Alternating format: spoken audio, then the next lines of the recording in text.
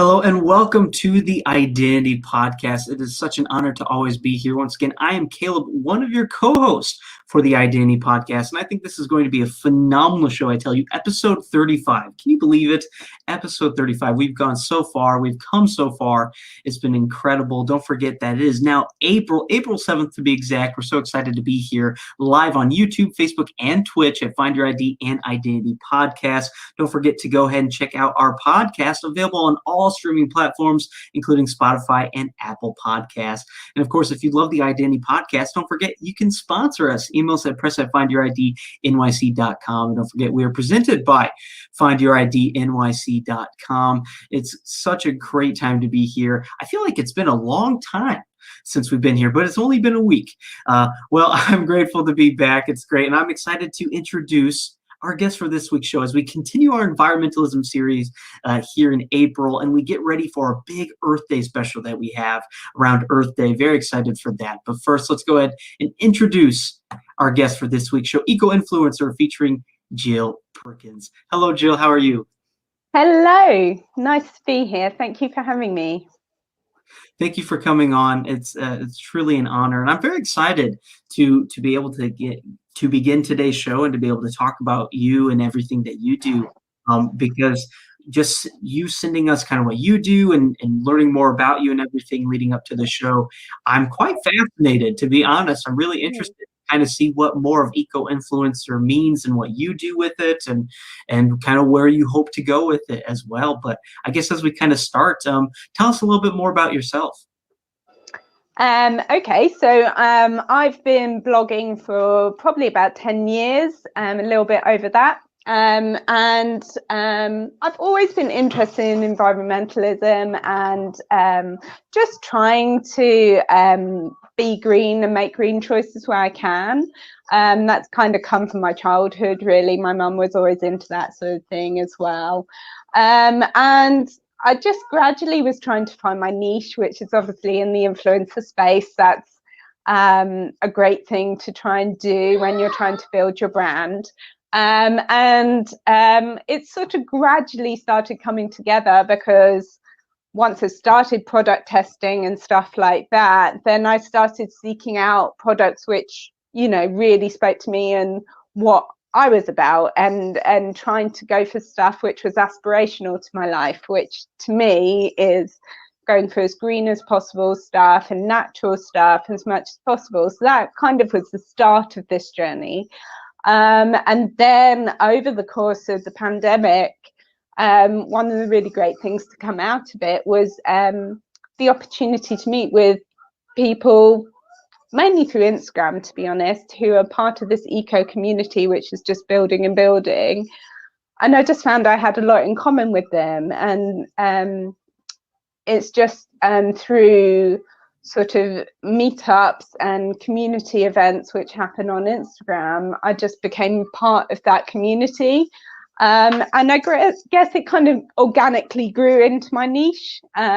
Also had my own challenges, because the other side of my brand is kind of like wellness and well-being and mental health and all that as well. I'm very interested in that, and I've had my own journey with insomnia and postnatal depression and everything like that, and going through that and trying to find the most natural route out of that. Very pro the self-care movement and personal development space as well. So it all kind of links in together, and I kind of feel like I'm now at a space where I know that's my niche, and it's like a nice enough rounded niche that it can grow with me. But I just get to work with like awesome people and meet awesome people like yourself from all over the world. So yeah, I'm just really excited about where my brand's going. That's great. And I love that. And I think as we were kind of talking before the show, you know, we both understand kind of repping your brand and getting your brand ready and constantly posting about it and putting it out there and talking about it. You know, I feel like that's all I do anymore. But it's a very big thing and very important when creating and really growing your brand, establishing your brand, I think is a great way to put it. But I really love that what you had to say there, kind of your journey leading up to where you are today and everything, and with kind of this eco-influencer journey that you've been able to take and everything. Where has it kind of led you during the pandemic?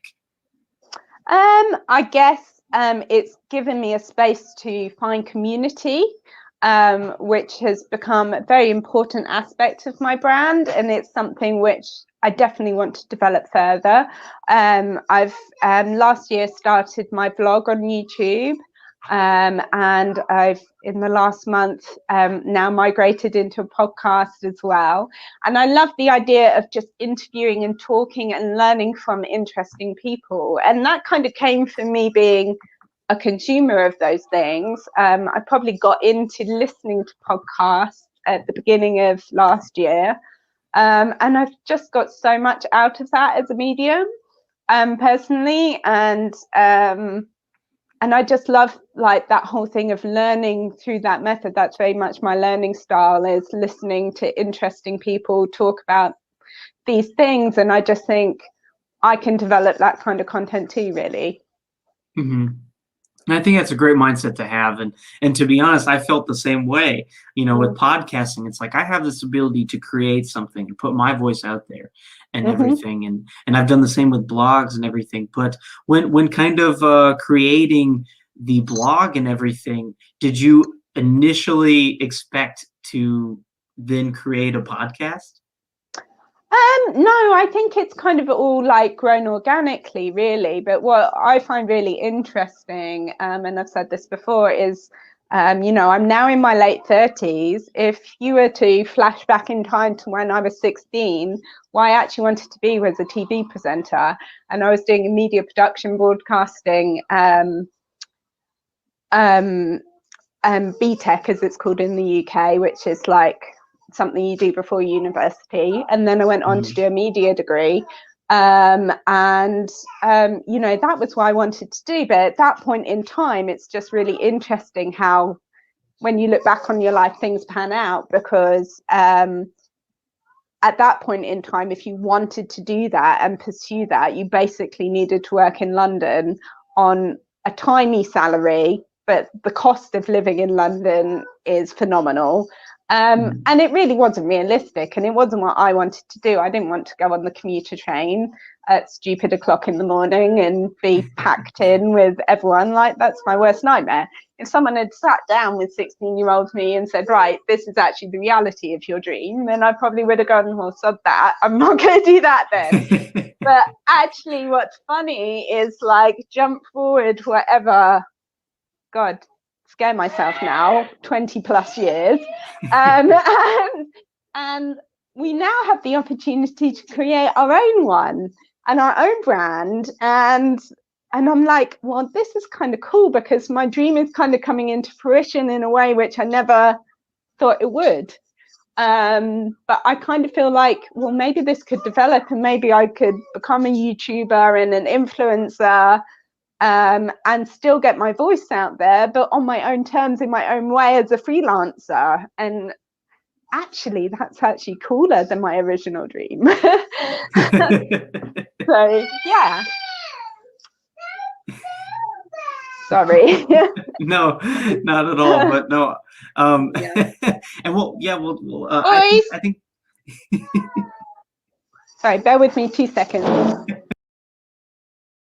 No worries at all. But here we are for the Identity Podcast, and it's a great thing hearing what Gill has to say, and I think I completely agree with you there. We're at a state now where we look at our past dreams, and then we look at these where we're at now, right? And this is like our current dreams and our future dreams, and looking back at everything, and it's like, wow, I can't believe I had that dream when now I'm like living the dream, and it's absolutely. I think it's just amazing and beautiful to know that we have this ability to do these things, because as you said, being able to have a blog and a podcast and constantly repping your brand and putting your brand out there, establishing it, I think is something that's just so cool. I mean, it's kind of cool to be able to go onto your email, and then you get an email saying, hey, I love the show. I would love to check out more. I'd love to be on the show or anything like that. It's really Exactly. cool to know that people just across the globe are finding something that you never thought you'd make an influence on, or you really never Yeah. thought could grow in a way that it has grown, right? And Yeah. kind of, and I think what I'm hearing from you is very much that same mindset that Tarik and Mhm. myself have had as well, and I think that's really great. And speaking of Tarik, my co-host is on the show. Hello. Hey everyone, hello, hello, hello. How are you? Can you hear me? Nice to meet you. Yes, You're I good. can. Awesome, awesome. Yeah, this is just great. I'm just tuning in and checking in. I'll forward my questions. Here on the East Coast, it's a little after originally the time that we're gonna say, but we're here. So Yeah. my apologies. So That's okay. No No, worries. we're all good. I we're think we had a time miscommunication in general, so no worries. indeed, But we're indeed. here. Yeah. But we were here, and we're grateful to have you, Tarik. But as we continue here on the show, definitely, I feel that. Kind of talking more about this eco influencer, what you do and everything, kind of for a more overall perspective, how do you define an eco influencer? I guess it's someone who, I guess, to people who have no clue about this whole influencer space or the different platforms, I kind of talk about my blog as the equivalent of a magazine, and someone would like who wanted to promote a product which they were trying to market. They would then kind of talk to me, and then my blog and my various platforms would then be the medium which they would communicate that through. I think the whole interesting thing is that I can say how it works in my life and give them a real like taste of, okay, so I'm using this product, and really talk about it and how it's used, and that just gives it more like of a relatable thing than say traditional TV advertising or something like that. It's and this is the interesting thing to compare, like what we were talking about of the dream of getting into broadcasting, say, versus the influencer space, because I feel like it's far more personal, far more relatable, far more community based, and that's what's exciting about it, because like I have no desire to be a celebrity. I don't want like that life at all, but I love the idea of connecting with interesting people from all over the world who are all like trying to fight for a cause which is important. And I'm a great believer of like everyone doing a little bit towards environmentalism is like the way forward, because I think I've always referred to myself as being like a realistic green person, because life is challenging. All these products at the moment cost a lot of money, so I'm all about like finding ways to do it in a cheaper, more thrifty way as well, and but ultimately you can be doing that on the one hand, but by marketing it and building up these little cottage industry brands, then you are working towards making green mainstream, which is what the ultimate goal is. So because as soon as it becomes mainstream, then the prices will come down and it will be available to the masses. Right. Yeah, a bit of a domino effect of sorts. You tackle Yeah, the absolutely. you tackle the problem at hand, and then everything tends to kind of roll out. Mm-hmm. I think it has such a better connotation, Caleb, than an actual social influencer, right? How many trees have they helped off the name alone? I love the acronym itself, the fact that it is an eco influencer. Yeah. Ultimately what we're trying to get is having our smaller impacts obviously make a much larger impact, especially when it comes to waste management or whatever it may be that they're into.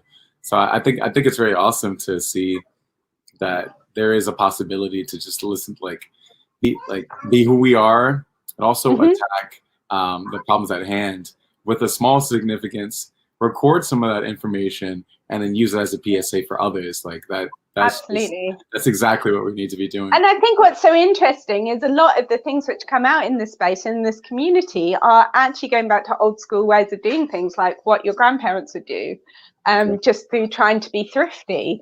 You know, using, for example, like if I cook a roast chicken, then I would cook a whole roast chicken, and then I'd use like the leftover meat, and then I'd make soup out of the bones, and just like old school things like that. That's being thrifty. That's like valuing the meat which I've got, and just kind of like one of my big things is like conscious consumerism.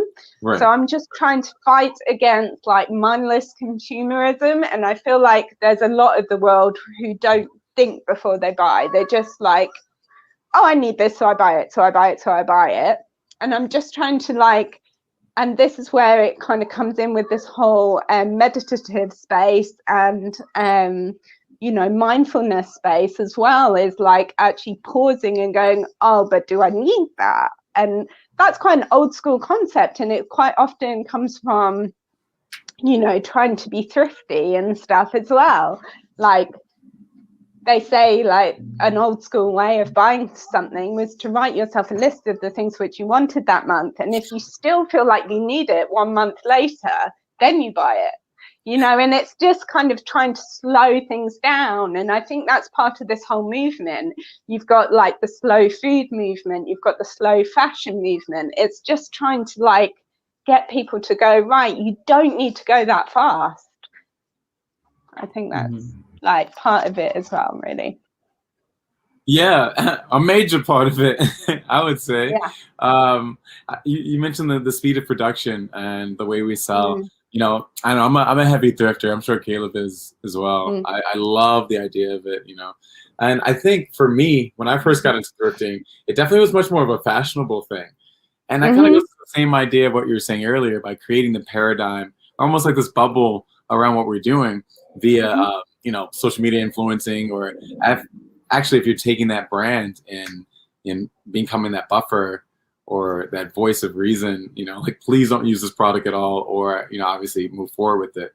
And so your name becomes trusted. And that's what I really enjoy about what you're doing. Oh, thank you. Yeah, like, you know, just the many jars and the many hats that you fill. It's just, I love that part about it. Just opening up to so many different industries and so many different people. Like it puts in such perspective about like what we're really doing and like what that really means. I often I know that when we're on the show, we have like, you know, these larger tasks at hand that need to get done, and then we have, you know, guests like you that are just like, here's what I'm doing, and I'm just like, wow, you know, like, why didn't I think of that, you know?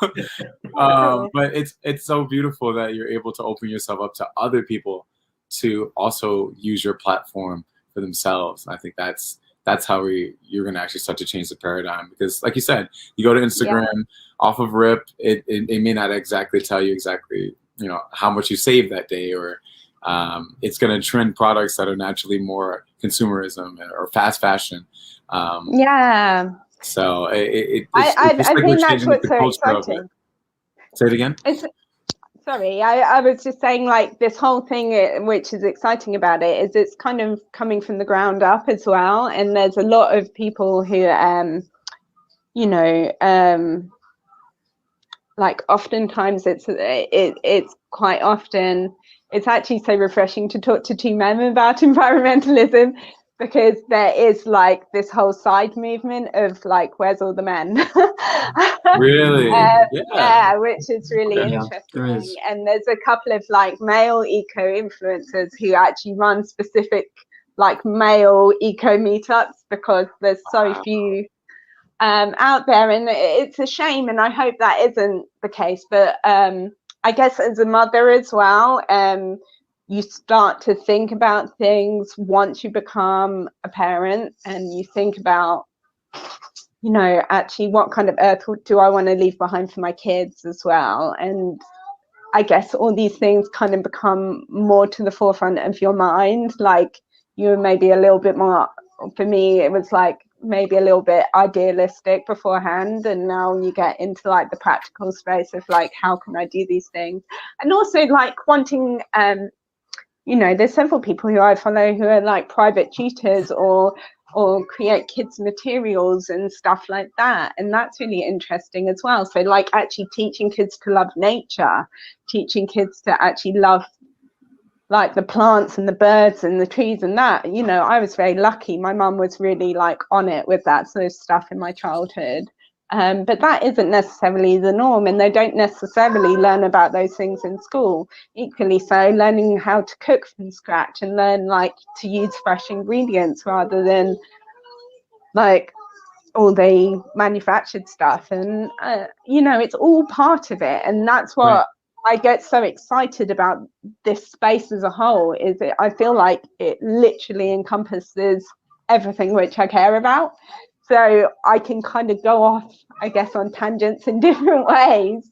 And I still feel like I'm speaking to the right people, to the right space. So it's great. That is great. I mean, Caleb, that's kind of like where we're trying to go. You know, I'm definitely inspired by that route for sure. It's almost like creating a platform for other people to have their own platform. In that moment, you're actually creating a safe space or some sort of haven for information, or whatever it may be. And you know, you think about organizations like PETA or these other ones that have kind of, like you said, started from the ground. And they've grown so significantly up until the point that like they're featured in movies and TV and all this stuff. Sure. It starts to become a cultural thing. So yeah, who knows what the future may behold, but because you started, you have opened up a whole door. So that's when we opened up this first podcast in August. It kind of was like, yeah, like this is everything that we love. You know, Caleb and I can literally talk about anything sometimes, you know, not to say we're experts on everything, but we have a lot of opinions. We have a lot of interest and a lot of opinions. And I think the best way for us, you know, because Caleb and I have often talked about this, like, how do we really tackle this much, you know, bigger behemoth of doing change or doing good? You know, Caleb loves environmentalism as much as I am. We're definitely both vegan and a bunch of other ways. So we've used this as our platform to kind of get our voice out. But to create an entire cultural influence that's just like exactly what we need to get into everyone's hands. Yeah. So yeah, it's definitely. Oh, sorry, Tarik. No, it's in and out. Sorry, man. It's definitely a journey, right? And that's exactly, you know, that's why we love to open up with your journey and talk about your journey and everything, because no matter what, it is a journey. Life is a journey, and we're constantly on this cycle. And as Tarik was mentioning, yeah, you know, creating a podcast and creating this bigger entity as we're trying to right now for the podcast, and as you are doing right now, it can be difficult, but it really can be amazing as well. And to know that you are able to reach this higher entity, have this higher power of something, is truly amazing. And I think it really allows you to continue to grow, right? Continue to develop and figure out your brand and where you're going from there and everything. And I think that's really important. And I think that's something that we found on the podcast, is being able to find that. As you mentioned earlier, Jill, kind of that niche, right? Being able to find what you're good at, what you do, what your brand stands for, and to be able to run with it. And to be able to have you on the show, I think, is a great reminder for Tarik and myself as well, and even all of our fans and subscribers and listeners for the podcast, that we can constantly achieve our dreams. We can go for it. We can do things, and we're constantly growing our brand as well. I think it's a great reminder, and I think it's I really, something that I've loved thus far in the show is I've really admired your humbleness, right? Being very humble. I really admire that. I think that's a great trait to have, and I think that's a great trait to pass on to other people as well. So I appreciate that. Thank you for that. Oh, thank you. I was just like trying to remember the quote, and I want to say it was Richard Branson who came out with this quote, but it's just, do what you love and you'll be good at it. And I think that's the thing which I'm kind of getting into this space and this entrepreneurial space, and it's so exciting because if you literally, you know what your heart desires, you know what you want to put out into the universe, and it just like, if you keep doing that, then you know it will work. It's just like, if you try and force yourself to conform to something which isn't right for you, isn't right for your soul, then it's not going to work, and it's going to crush you. And I think that comes into the whole holistic space. And you know, the more I get into it, the more I believe in it and I understand it. You know, I just, yeah, it's really interesting. Yeah, that's such a great point. You know, not to make such a pun, but it wouldn't be the Identity Podcast if I went. But once everything became apparent that you were a parent, I think that you found ways to find parts of your life that you can share with others. And I think that's my favorite part about this whole podcast so far. I mean, today's episode, it's just like, you're like, well, this is something I like. This is something I'm doing. Why don't I just tell people about it? You know, and it seems so simple, but you'd be surprised how much confidence that is. Even in the holistic spaces, like there's retreats, you know, there's yogi instructors, there's toxic waste management. But a lot of these worlds are kind of like, have this delineation where it's like, okay, I kind of do this or I kind of do that, or, you know, but never just a space where we're like, okay, we're all consciously trying to do something. We may not have all the resources, whatever it is. And it's focusing on people, actually, all the good that people are doing. I think, you know, a lot of the time, and this is kind of the dangerous space, is that brands, like the really big brands, are blaming the consumers. And you're like, hang on, hold up. Wait. Hang on, let's look at what the actual options are for people who go to supermarkets, and let's actually look at what's affordable, and let's actually take the guilt away from the consumer, because hang on, wait, you're a multinational company and or you're like a government, and how much money have you got? And you could actually make these choices. I can see you're making these choices on making tax cuts on cigarettes, you know, so hang on, surely you could make tax cuts on these eco products. And I just feel like if all the influencers kind of gather together and really kind of push this message, you know, come on guys, do better. And that's, you know, I'm not trying to be passive aggressive with it, it's just like, but what I love now is when I post something like that, then I get, you know, all my tribe come on and like, yeah, sure. I mean, I give you for an example, one of the big brand supermarkets who I shop at every week. So I wrote to them, and I don't know if it was my email, which made any difference, but like one of my big bugbears in terms of packaging is like all citrus fruit come in these like netted bags, which not only are the bags made of plastic, so they're not recyclable. If they go to a landfill site, then like small animals get caught up in them as well. So they're just bad news all overall. And I bought some stuff from an eco place, and they had bags made of string, so at least they were biodegradable. So I suggested, right, that's one option. But also, a lot of the other supermarkets had started making selling clementines in cardboard boxes, which is just such a simple solution, and they can easily go in a small cardboard box. And so and literally the next week I went on to order my online shop, and there was a cardboard box option available, but then the week after that it arrived and it was a cardboard box wrapped in plastic, and I just kind of like photographed it and just put it on my Instagram, and I was just like, really? Like last week it was just a cardboard box. Why does it have plastic around it this week? What is the actual point? And it kind of made me chuckle, because like one of my tribe like commented and said, yeah, because it's not like clementines have their own natural skin to protect them from the outside world anyway. And I was like, yeah, right. Like, come on. And I just think we do need to, you know, in a kind of nurturing, mothering way, just be like, guys, come on. And that's what I'm about. You know, I'm not about, you know, there are people who take it to a ridiculous negative space where they're constantly ranting about this and that. But it's just like when you see these little things, you just kind of go, hey, tag the supermarket. You can do better here. Please try better. Or, it's just doing it in that way. And that's what I try and do. So I'm not trying to get political. That's the last thing I want to do. I don't want to get be one of those people at all. But it's just trying to get your message across. And I think people then relate more to that, because then they look at oh, okay, why do we need this? And they start questioning things in their life as well. And that's where you get into this conscious consumerism. Oof, that's the full circle stuff right there. Yeah, sorry, a little bit of it's good stuff. It's funny because I was going to ask the question. I'm like, as far as you're concerned, like what are the methods, or where would you go with what you're doing?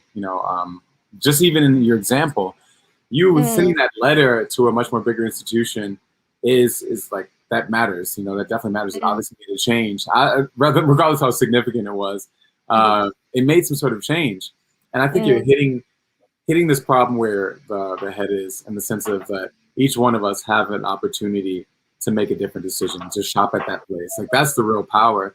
We obviously can go. I live in New York City, and in New York City, we basically banned plastic bags altogether. And I grew up with that for a long time. So that's definitely like a huge significance, where we don't see plastic bags like tumbling through our streets all the time. Yeah, that's great. I'm sure they're doing other subversive stuff that are like, we got rid of the plastic, now we have to get rid of some other plastic somewhere else. So I get it, and I definitely understand. But from a much more political agenda, you'd be surprised how much grassroots operations, such as getting all the people involved to just move forward, have just as much power as someone that's attaching themselves to a tree, or making some dramatic political statement. It's a lifestyle change, and that's why I said I really enjoy what you're saying, because information and ultimately choice is how this is going to be changed. Providing people information to know, like, hey, look, there is actually an option to make a difference. I think a lot of people just don't feel like they have. For you to create a space where people can see that tangibly, like, oh my God, look at what Jill did. That just means a lot. Especially. And that's why I hope. That's why I really hope that happens. And what's really interesting, what you're saying about, the example of the typical green hippie tying themselves to a tree hugging and all that sort of thing.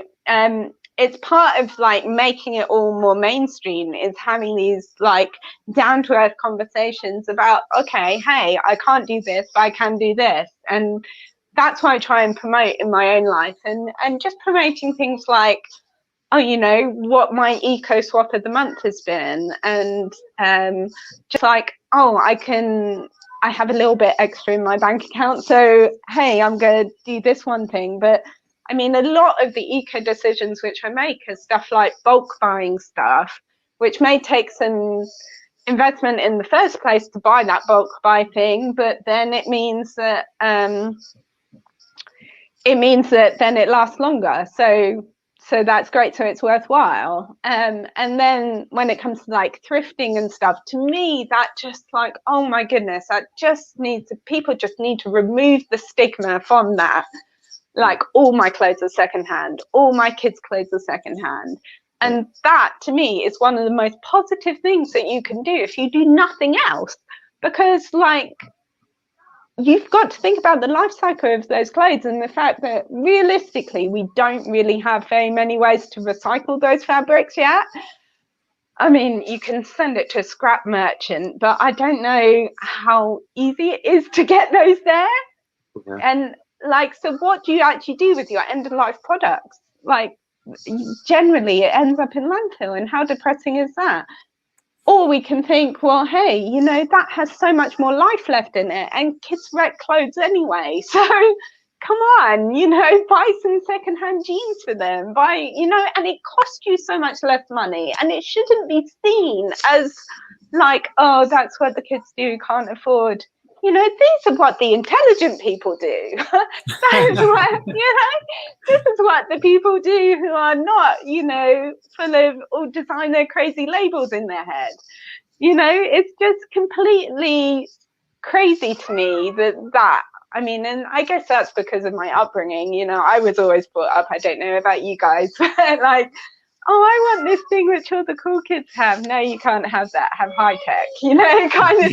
It's a balance. It's a balance. But it's you know, I want my kids to not feel guilty about that at all, to not feel like that is a bad decision in any way. I want it to just be the norm. And that's kind of, I hope that, and that's what I'm excited about, is in this Instagram space, in this community alone, you know, more and more, I guess, normal, average people are talking about these things and thinking about, oh, how can I make my meal a bit greener? Maybe I can do meatless Monday. Maybe I can, you know, and it's all about doing these little seed changes in your everyday life. And it does make a difference. It does. It really does. Yeah, let's just bring the thrifting cool kids back. You know, let's make those the zeitgeist of where we need to be at. You know, I think. Hey, I think I'm cool. You are cool, Caleb. You are, man, for sure. And I think just even like what you represent, you know, you've had a lot of jokes about the idea of being a hippie and all this other stuff. And obviously, we're of a certain age where that, you know, probably a negative thing to be thought about. But look at the forefront of where we are nowadays and all the knowledge that you have that people need to catch up on. You know, you've been really researching this. You've been on this for a while, and it is a learning curve. I think that making it mainstream will actually force people to kind of be like, oh, you don't know that? You don't know where to recycle? Oh, he's totally, you know, a charlatan in a sense. So like, I think that, you know, especially in Canada or I always bring up Japan because of how clean they are. These cultures have made it so that if you aren't recycling, if you aren't doing certain things, and you are kind of out of the loop and people just don't really understand why you're doing it. So it kind of puts the standard of what to do. I mean, this is what's so frustrating is that almost every country has at least one green initiative, which is awesome. And you just wish that people would share them and things would people would know about them. I mean, I've heard that in Holland, for example, there's a place which will actually pick up your disposable nappies and recycle them separately. And that obviously requires a whole logistics chain of being able to pick up and process nappies so that they can be fully recycled and you can break down all the parts. You know, in Germany, they charge you less for if you opt for a smaller landfill bin outside your house, then they charge you less council tax. You know, bits and bobs like that, and then you get benefits if you opt for a larger recycle bin. And it's just, these are the kind of things which governments could do. You know, in Scandinavia, you can take a bottle and you can use it towards your train fare. They actually encourage you, you know, and there's things, but it's all just grassroots things at the moment. And I'm just like, let's talk about this. And then there's all the old school thing. I mean, really interesting you brought up Japan, because there was someone I follow who's I can't remember her handle now, but she's all about plastic swaps and everything. But it's all just things you know, wrapping up presents using material. Why don't we do that? That is something which was done in Japanese and Chinese culture for hundreds of thousands of years. People would wrap stuff in silk scarves and then, oh, you've got a silk scarf as well. How lovely, you know? Yeah, that's beautiful. Do you know what I mean? And it's just bring this stuff back. Bring the stuff back which actually works. Bring back patchwork quilts. Bring back patchworking stuff. If you got a hole in it, patch it, you know? I've got I inherited my grandma's sewing box and it's got all the zips cut out of old clothes. She wouldn't throw the zips away. And when we cleared out my grandma's house, and this might be taking it to the extreme, and she might have in the modern world be on an episode of Hoarders. But one of the most adorable things which came out of my grandma's house was they found a shoebox which was labelled "pieces of string too small to use." But I Someone's love gonna her so use much. it. Someone, somewhere, they're gonna use it. Yeah. I just love her. I That's love so her for funny. it. Yeah. I But bet you that, we that need box to is actually still give her back. around too. What'd you say? But this is interesting. I mean, the whole cultural aspect as well, of only being thrifty when you need to be thrifty. And it's about changing that as well. There was this story which really resonated with me, and I'll try and tell it in the quickest way possible. But my husband's uncle was an evacuee in World War II, and he was sent out to the countryside. And everyone had their own orchards. Everyone grew their own apples and their own pears and everything, because they weren't available because rationing. As soon as they lifted those rationing bans, he said, like, he told this whole story about how he saw one of his neighbours, like, standing in the queue for the supermarket, like, to buy some pears. And he was like, you have a pear tree in your back garden. And he was like, no, but now we can buy it. Obviously, I'm going back to the shop to buy it. And it's just like, that's the whole conscious consumerism piece. It's just like, but why? Why are you? And it's a status thing. It's like, oh, the pear from the shop is more elitist than the pear from the tree in the back garden. And why that is, and you know, we need to actually get into that. Yeah, I mean, it's almost like he doesn't even recognize his own resources. Yeah, exactly. It's funny. It's funny the way you say that. Yeah, like, I mean, if everyone has a tree on the same, you know, wherever you are, and everyone can just start to do fruit swaps or the barter system, or just I love that. older traditions.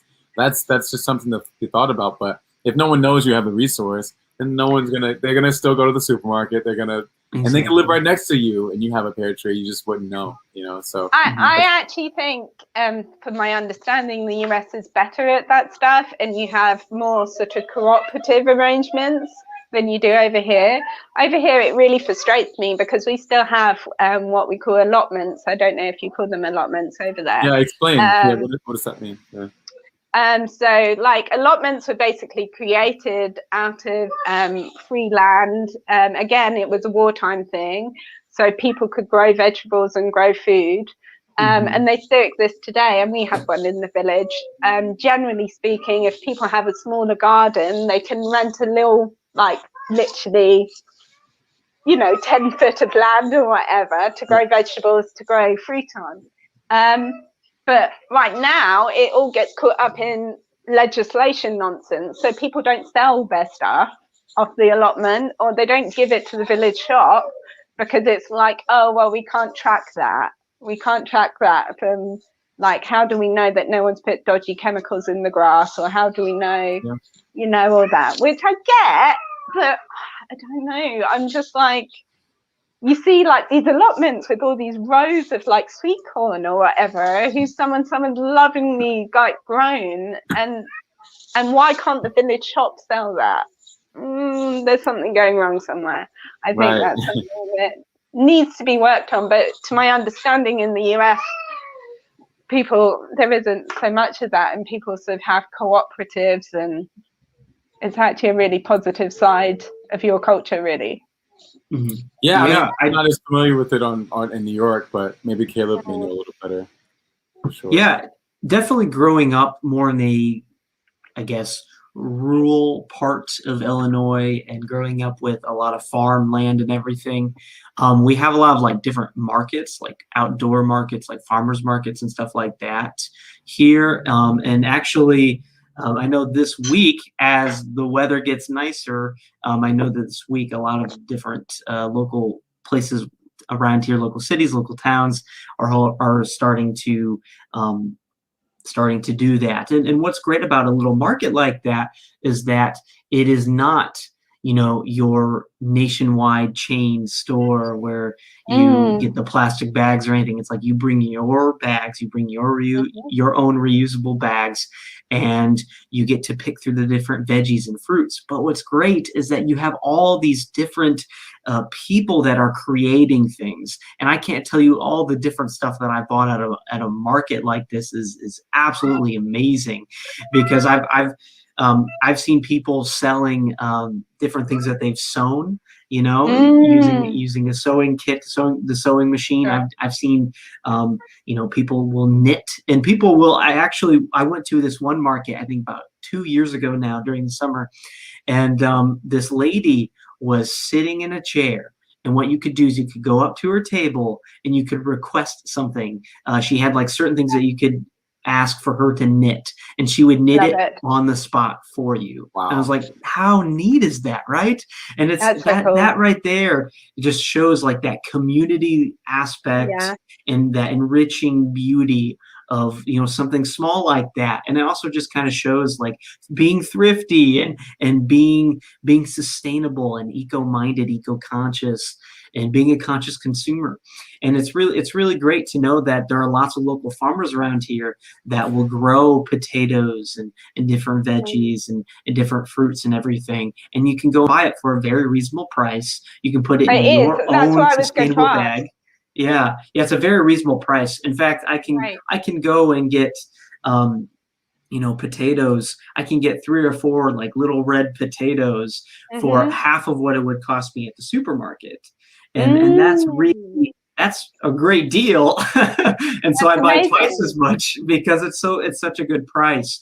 Again, that's here compared to the UK. Again, that's here compared to New York City, and you know, taxes are different and everything.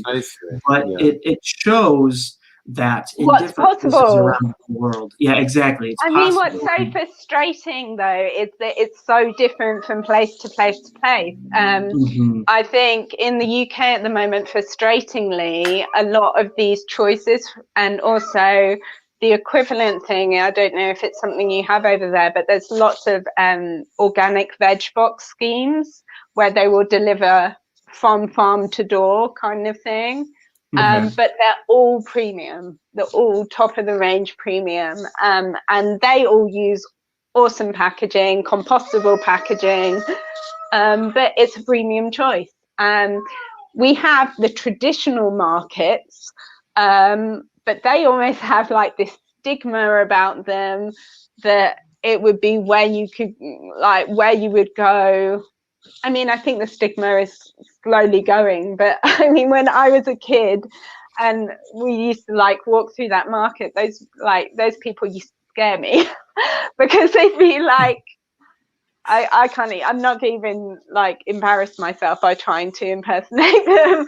But they're almost like an auctioneer banter, kind of like, you know, buy this, buy this, buy this, buy this, buy this, like all yelling all in your face. It's a bit forcing the world upon you. Yeah, I used to be terrified when I was a little girl and walking through Recycle! Yeah. But then, you know, you look at like traditional Italian or French or Spanish market, and they're more like what Caleb's talking about, in that it's local farmers who are selling beautiful produce and they're so proud of it. And like what you were talking about, you know, the lady knitting something there and then, you know, that reminds me of when I went to India, and like you could literally go in there with like a pair of trousers and go, can you make me a pair of trousers? And like within a couple of hours they would have modeled the trousers which you had given them. And you know, there was like, these are things which we need to bring back. These are things, and it needs to be affordable to all. I agree. I definitely feel. Oh, sorry, Tarik. No, go ahead. No, I definitely feel that a lot of the communities that have these types of markets, a lot of the communities that have these kind of implemented into their community and their system, I think you can definitely tell the differences from them to others, or maybe they're rich in different community-based emotions, reactions, friendships, stuff like that. I've been to Peru twice, and in Peru, lots of different cities and even the small towns of Peru, they have these markets like everywhere. I mean, they are everywhere. Any town you go to, they have a market. Any city you go to, they have a market. And it's just rich. And it's a hub, right? And what's so cool is that I actually learned of one place near Machu Picchu, actually in Peru, where the market was like the first thing and then they built around it, right? They built the city around it. There's hotels, there are restaurants, there are other markets, there are maybe places to do whatever, whatever it may be. But there's all these different things here, and it's really important, right? And I feel that that kind of reminds me to what I have here, and kind of reminds me what you're talking about as well, Jill, of different places, different countries, different communities, and having these little markets that allow to be able to be sustainable and eco-conscious, and have local farmers, but also being able to have people come and use what they're good at, their interests, right? Someone knitting, someone sitting down and knitting something. Maybe it's a scarf, or someone sitting there and maybe a local musician and they're playing music. And it's the fact that even though they may not be getting a whole lot out of it, they're probably not getting paid or anything, but it's the fact that they're able to put their brand out there, right? The whole brand thing, full circle, and then also being able to simply just connect with the community. And that's the biggest thing. I think the difficult thing about it all, though, is like a lot of this stuff for me is quite idealistic at this point, because it's just like the busyness of life. That's how supermarkets have become so big in the UK. If you went back to like what my grandma was doing, she'd go to like a specific greengrocer and ask her to make up like a box, and she'd go to a butcher's and a baker's and all that sort of thing. You jump forward to the 70s or the 80s, and supermarkets came about because of convenience. And now in the UK, a lot of people, myself included, want a home delivery, because again, it means you don't have to take your young children out with you and around the supermarket. Someone just literally delivers it to your door, and it's wonderful. So it's about trying to find a way through which is both eco and convenient, and I think we're not there yet. Without jumping into that premium wagon. But then I think things need to filter down from the top. And, at the moment, we're in the premium space. For example, I saw someone who was doing like recycled potato chips. I'm going to use your terminology so it makes sense to your audience. But they were doing, because like crisp bags are, they're a nightmare. They're never recyclable. So there's a company in the UK who's doing it, but they're charging £25 for like 25 bags of crisps. And like, meanwhile, in the supermarket, you're probably looking at 25p, like literally a fourth of that. Those numbers are, so it's just not affordable. Like, I love what they're doing, but like, we need to have governments and multinationals to get behind this stuff to actually reduce the price down, so that average people can buy it. So I guess that's really what I try and do with my brand, is like by featuring products which maybe at the moment I can't even afford, or I can't justify the cost of, but by making them more popular, then the wealthier people in society are going to buy them more and more and more, and then it will filter down. Because then it becomes more popular, the company gets more money, and hopefully they can reduce their prices, and then it can go down to the next level and the next level, and then it becomes something which everyone can afford, or that's my hope anyway. So no, that's a great hope. I think sometimes, like you said, the idealism has to be funded from somewhere, and sometimes it's off the backs of those that are like, I'm just like you. I'm just an entrepreneur. I'm just starting out. I'm just trying to figure out what's going on, and I just love your product. But then you also overcharging them, so it kind of puts this world of like, how many people are going to walk through that door? How many people are going to actually congregate there? Obviously, the discounts that Caleb was talking about with what we call the farmers market in New York, which obviously I don't know who's farming in the concrete jungle nearby, but there are places and plots of land that they actually do farm at. I doubt if that's what they're selling for food, but regardless, what I loved about what you guys are talking about was the fact that artisans all over the world are still having their place in society. How many people are interested from our own demographic that are interested to become like an economical or socioeconomical entrepreneur? It's becoming a space where it's like not only like, you know what, I know mom and dad may not recycle or my peers don't. I'm going to go on this passion project. I'm going to get this done. That's very costly, very idealistic, and it's very hard to raise a family on that. So what we're opening up is the fact that like, hey, look, my family has a long tradition of, you know, what apple trees, or we know how to knit, and we come from India. Our family comes from India, but we're, you know, English now, or whatever it may be. Bring these cultures and these artisans into the forefront, making that mainstream instead of these much larger fast fashion or fast, you know, groceries. I do think people are going to still continue to do it. During COVID, right in Harlem, we have a Whole Foods, and that place was frequented. I mean, there was lines around forever, mostly because they couldn't have too many people inside. It's a relatively large building, and every day I used to see just these lines walking around. And obviously, a Whole Foods has a big stake in a, you know, a little company named Amazon or whatever, or the other way around. And obviously, these much bigger organizations are moving in their best interest. It's not necessarily to make sure that each product is great. I don't know if you're familiar with Trader Joe's as well. Yeah, I've heard of them. Yeah. They're a little more like grassroots, community based. They're like bulk buy, aren't they? And like you can buy things bulk. You definitely can. But what I'm highlighting is like, you know, say if you have some sort of entrepreneur, and this is kind of the next question I wanted to ask. You know, some entrepreneur that just made their first organic cookies. Trader Joe's will offer them a space on their shelves for a short amount of time. Cool. Yeah, I mean, it's through a processes to get yourself applied and whatever, but you're still in a much bigger chain. But in that bigger platform, you're an artisan, and it kind of reminded me of just the format that you're choosing. You know, best case scenario, you know, your jars and everything actually becomes very, very mainstream, and it can kind of become, like you said, it could be something that may be this premium or idealistic thing. But on the lower level, what you're getting are full-on artisans that may not necessarily have access to that funding, marketing, or other things, in that much smaller bubble. So, yeah, it's like almost like a digital farmers market in a sense, where you're getting getting information, and, you know, like you're getting new products.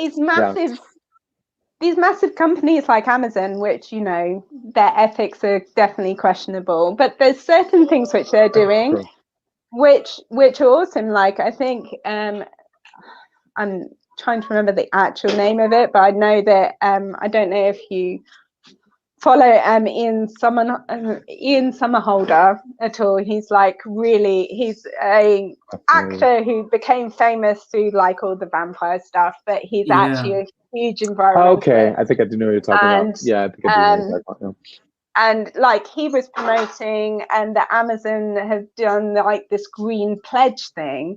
So you can actually sign up on the US site to like filter your searches on greener products. And a lot of the eco swaps which I'm making, you know, things like buying bulk buy or buying like hand soap which foams, so you use less hand soap, and, you know, just simple things like that. I'm generally buying them on Amazon because end of the day, I have Amazon Prime and it turns up like the same day or the next day, and it's convenient. So it is clever, and there are things, you know, and equally so, you know, there's a reason why he's the richest person or one of the richest people in the world, because I've also seen that he's now almost making an Etsy within Amazon for like these artisan sellers as well. So that's interesting, and making like the personalized products as well. I mean, places like Etsy, I don't know if you guys use Etsy, but it's awesome. I absolutely love. Yeah, it's pretty phenomenal. You know, and that's done really, really well. And what I find so exciting about that is I'm literally potentially buying from someone who is literally got a cottage industry. You know, they're making coasters, or they're making like hat decorations or something in their bedroom, or what, you know. It's just so exciting to me that you can do that from anywhere. It connects everyone all around the world. You know, I've bought from people all over the world. Me as well. Yeah, that's so true. And that's what I'm saying. It's like now it's not necessarily a physical place. Look at this conversation we're Mm, having right now across the pond. yeah. Like look at where we are. So I do think that this is a much more digital space that we're entering into. My biggest question as we kind of come towards the end was, and we can kind of go into detail about this, but what have you noticed has been the ideal? I know this is a little obnoxious, but the ideal entrepreneur that you have accepted or promoted, or like what would you encourage someone that's just starting out, how they could get to a level to even be marketed by you, or even be on a shelf or in a farmer's market to that extent? I always love to work with people who think about their product all the way through, Okay. who think about their customer service, because, I've worked in customer service for most of my working life. And Wow. so to me, it really matters in one way or another. So it really matters, about respecting people and respecting your customers as well. And that's kind of part of the ethics of a good company as well. So, and then, thinking about what you're doing with your money. Are you investing some of what you're making back into like eco products, eco things, developing that further? Okay. And also like packaging and everything like that, just trying to do everything right, or trying to at least nod to doing everything right that you can, all the way through. I guess those are the companies I have the most respect for. Awesome. Yeah, that's so true. Thoroughly looking at it, not cutting corners, right?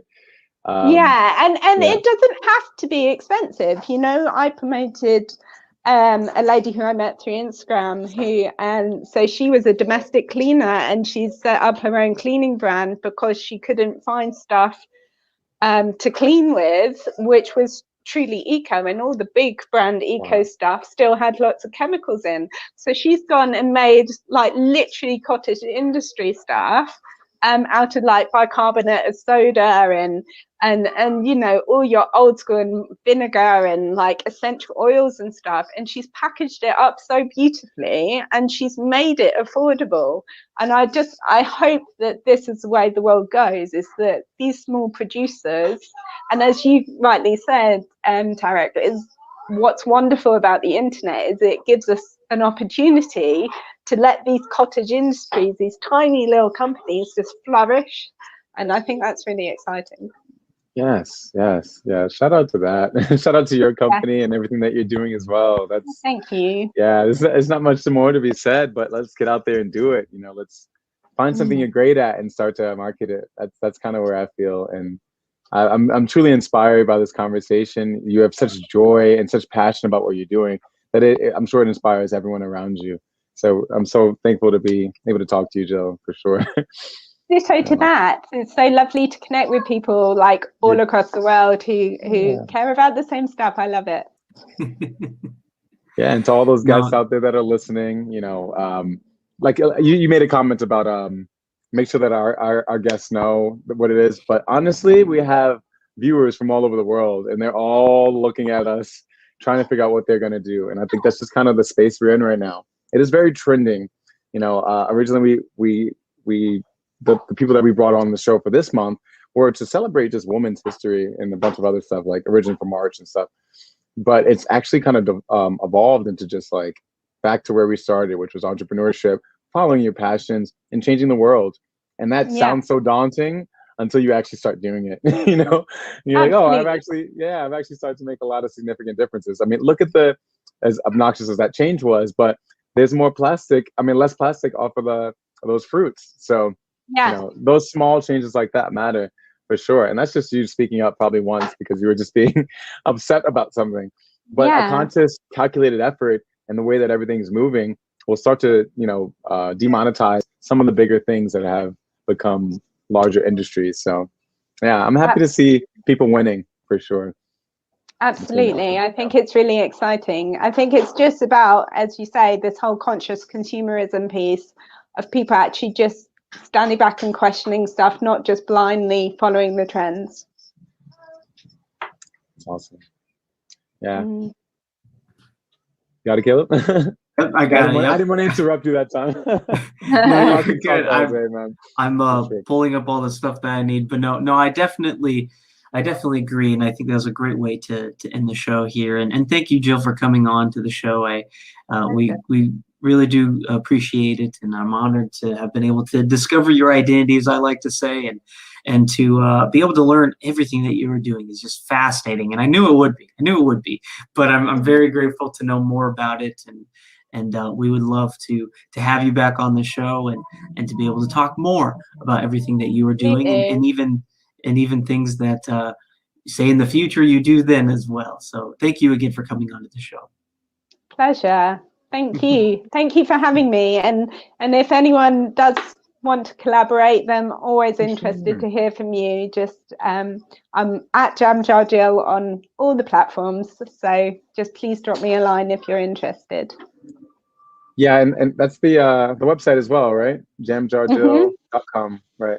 Correct. And also these lovely pictures of your family make it just seem so organic. I love the site layout as well. No, I took a look at it. I was just like, wow, this is really built out. I mean, you're talking about Etsy, but if you just look at all the platforms that she has, just that alone shows that you mean business about what you're trying to get across. So I really appreciated that. I appreciate the layout. I appreciate that you brought yourself into it. It didn't seem like it was a prideful thing, like I'm saving the world and everyone jump on my cape. It's just like, listen, like this is what I'm doing.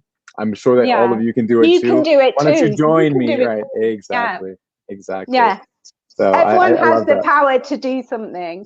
Everyone has the power to do something, and every little change makes a difference. It does. It does.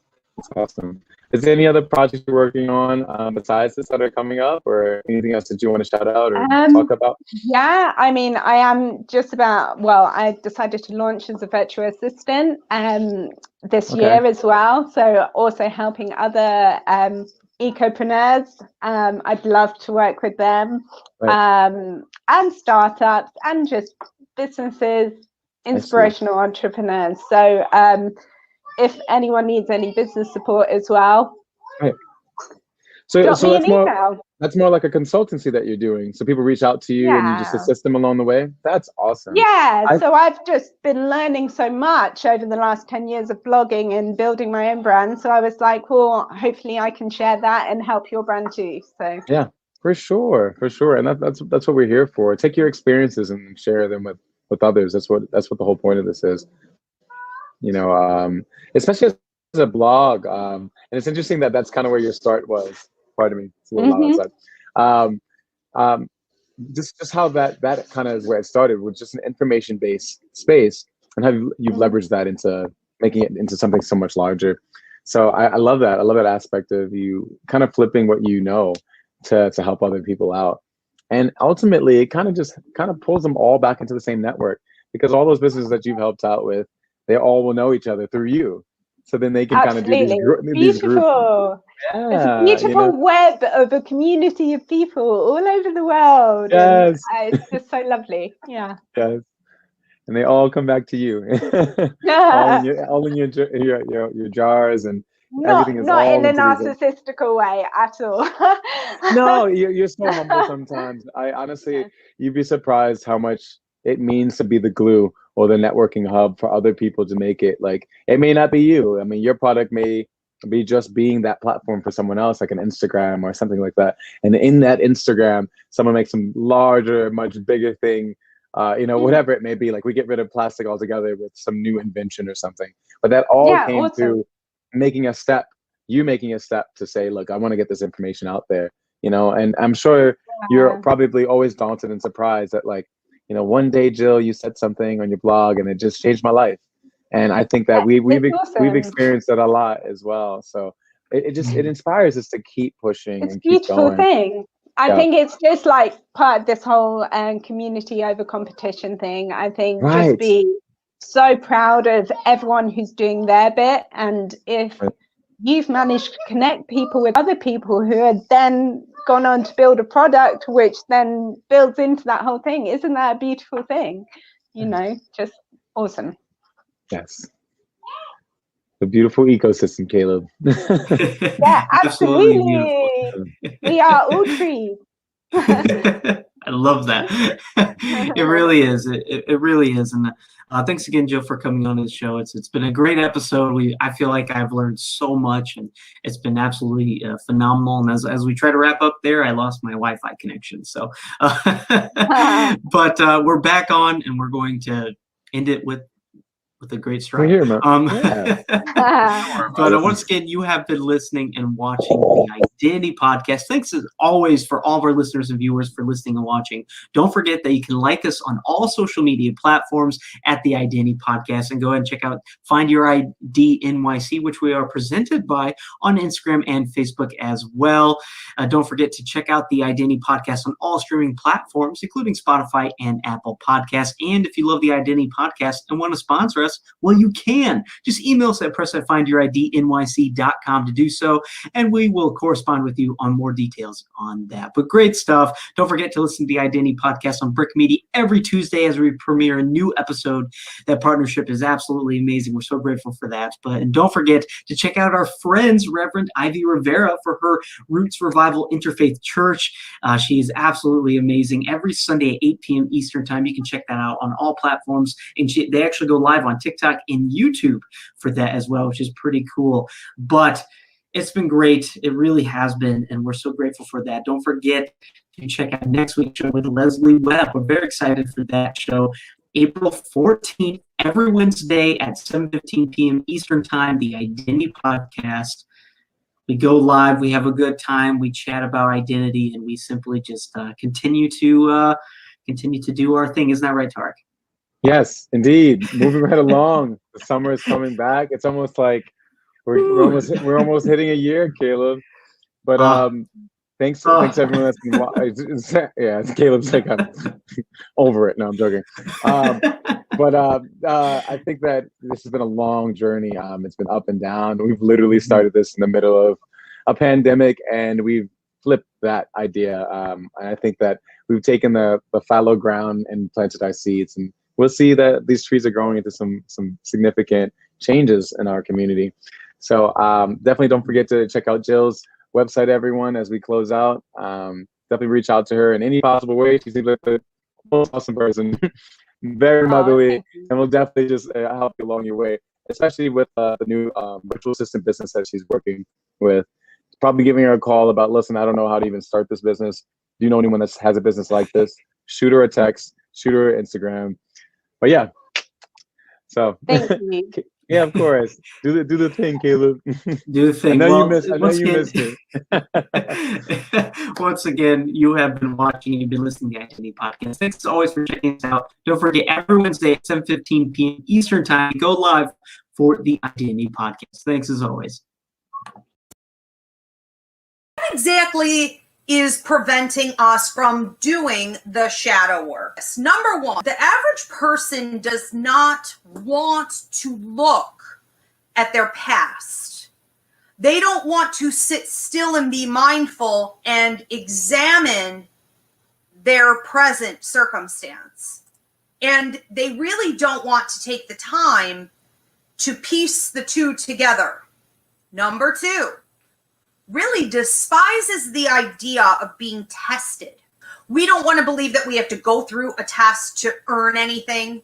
Number three, we disregard its significance. We live in a society that is all about that instant gratification.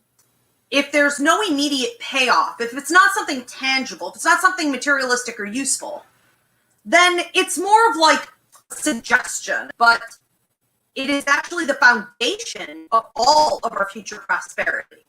All of our wellness and abundance comes from our willingness to do the shadow work. So a lot of people ask, well, what happens, if I never do this work? You reincarnate. You do it over again. You're not going to get out of this anyways. Number four, a lot of people are lazy. That's it. In a very simple way, we don't feel like it. We think there are shortcuts. We live in a society that tells us you can level jump. There are shortcuts. So let's talk about moral licensing, being lazy and using moral licensing. This idea that I've done something good and that's good enough. Number five, cultural enabling. Everyone is doing their best from wherever they are. Everyone's just doing their best. Take a look around you. Do you really believe that everyone is doing their best from where they are? Get serious. We enable because it's easier on us too. No one's being held accountable. No one is being forced to take responsibility. Number 6, we feel it's like a rabbit hole. They don't know what else is going to come up. They don't know how long they're going to be there. And a lot of people don't want to get invested in therapy because they think that therapy is like a lifelong commitment. They're never going to get out of it. But we have to remember that we have control over this.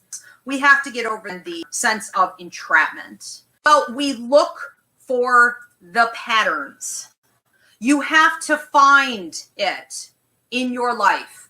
And it's pretty obvious once you sit and take the time to reflect. Number 1, ego. Instead of coming from a place of faith and productivity, positivity, and love, we come from a place of ego, which is fear and control and manipulation. Your fear of leveling up.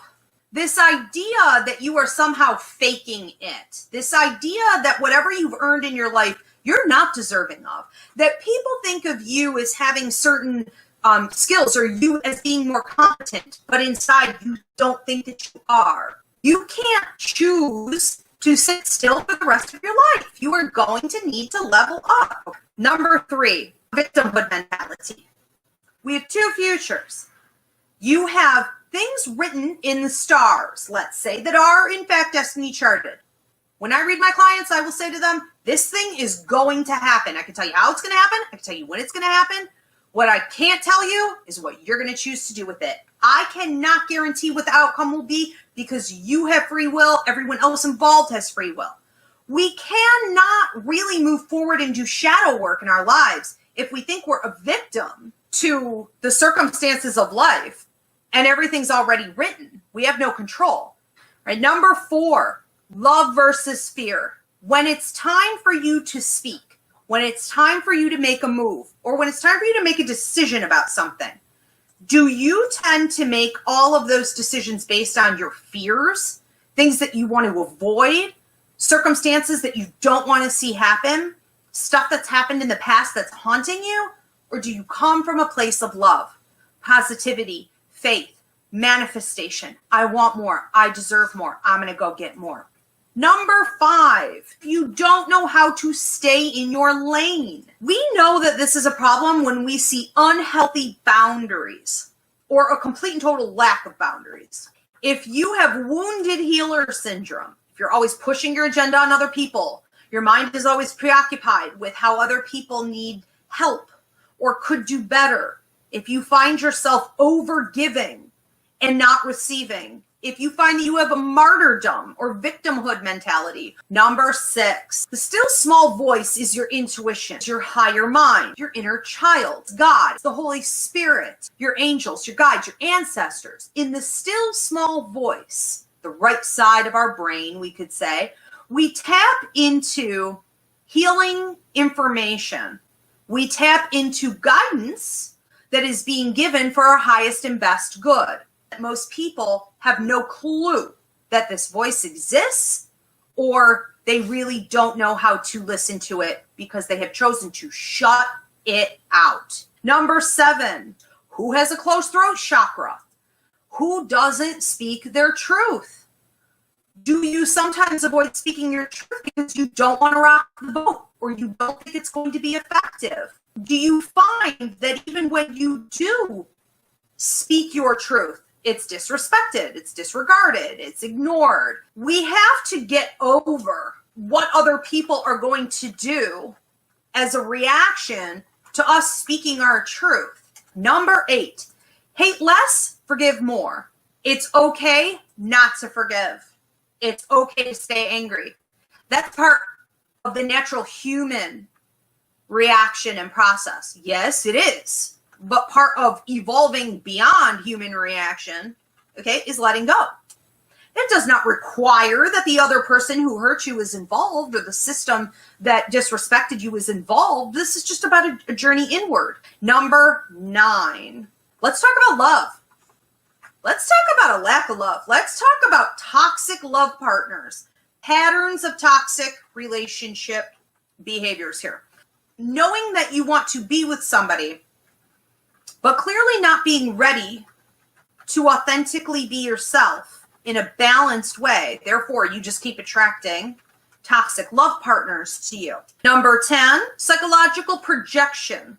Okay, having a perceived personal inferiority and then seeing other people, okay, as being morally deficient. So this is essentially just projection. This is blaming others. Are you the kind of person who can't look at yourself? Now, a lot of people say, well, that's just ego. Yes, that's part of it, but let's look a little things wrong with everybody. Do you find things wrong with every situation in your life? Every time something goes wrong, are you just like having a hissy fit and it's like, well, this shouldn't have happened and that shouldn't have happened? Are you a Karen? Are you complaining to the managers all the time? Is it always somebody else's problem? Do you never look at yourself? Number 11, you need to look at your triggers. So one easy way to find areas where we need to do shadow work is to know the systems: astrology, numerology, and your life contract.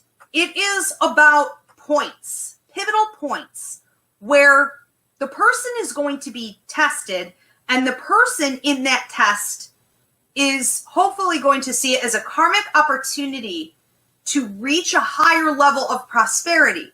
They want to use that test and those lessons to activate that prosperity, to become more empowered, and ultimately to give it out to others and to the universe around them. Number 12, having flashbacks. How do you do the shadow work if you blocked it out? When I would have traumatic flashbacks, I then would go and work through it and do the shadow work. Sometimes I needed a therapist to help and support me. Sometimes I was able to do it with some mindfulness and meditation.